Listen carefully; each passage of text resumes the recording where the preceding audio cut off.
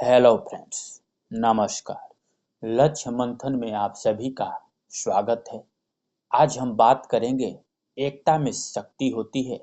एक छोटी सी कहानी के माध्यम से समझने का हम सब प्रयास करते हैं।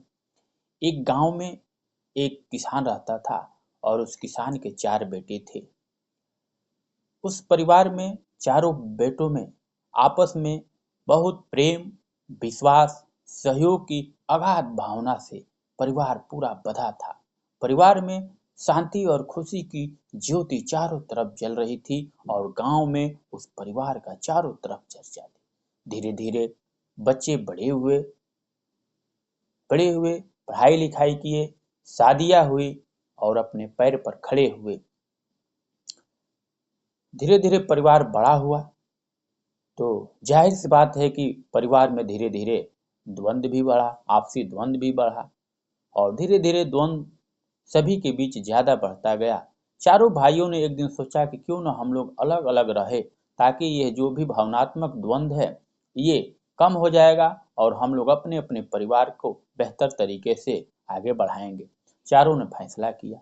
ये फैसले जब उस बूढ़े किसान ने सुना तो उसे बड़ी सदमा लगी कि हमारे सामने ही हमारे बच्चे का पालन किए, पोषण किए, पढ़ाए लिखाए और आज जब ये अपने पैर पर खड़े हुए तो चारों अलग अलग हो गए।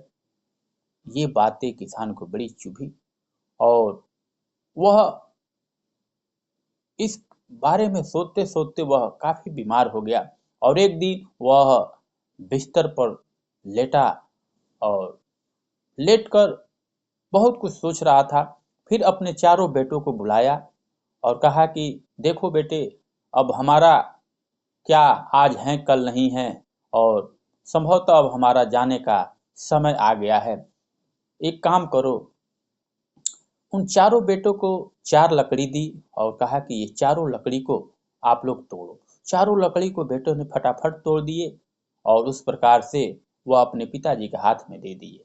अब अपने पिताजी के हाथ में दे दिए तो चारों लकड़ी का जो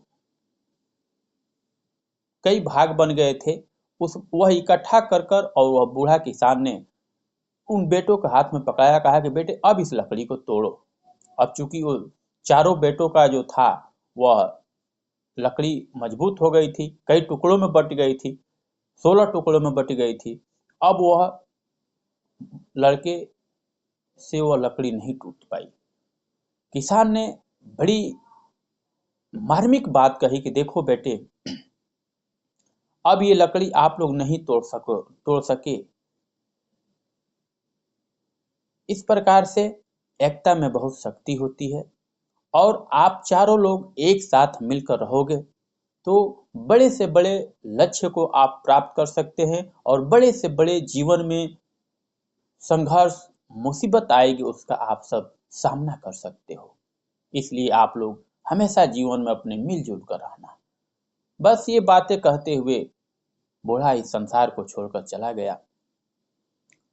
सभी लोग उस पिता की पूरी विधिवत अंतिम संस्कार किए, जो भी लगता है सब कुछ किए और उसके बाद एक दिन उन्होंने चारों भाई आपस में बैठकर सोचे कि पिताजी जाते हुए एक बात कहकर गए कि बेटा, एकता में बहुत शक्ति होती है और एकता में इतनी शक्ति होती है कि हम सब अगर एक साथ मिलकर रहेंगे तो बड़े से बड़े समस्याओं का भी समाधान कर सकते हैं, बड़े से बड़े लक्ष्य को भी प्राप्त कर सकते हैं। तो क्यों ना हम सब आपस में मिलकर रहे और वही प्यार, शांति, विश्वास, सहयोग की ज्योति फिर जलाए। इस प्रकार से वह चारों भाई आपस में मिलकर फिर से रहने लगे और फिर से वह घर में खुशी की ज्योति जलने लगी। लेकिन अब वह ज्योति तो जली, लेकिन एक ज्योति बुझी तो दूसरी ज्योति जली। काश ये समझ पहले आ गई होती। धन्यवाद। मैं उम्मीद करता हूँ कि इस कहानी को आप लोग सुने होंगे और यह हम सभी की परिवार की कहीं न कहीं यह कहानी है। तो मैं उम्मीद करता हूँ कि आप लाइक करेंगे, सब्सक्राइब करेंगे। धन्यवाद।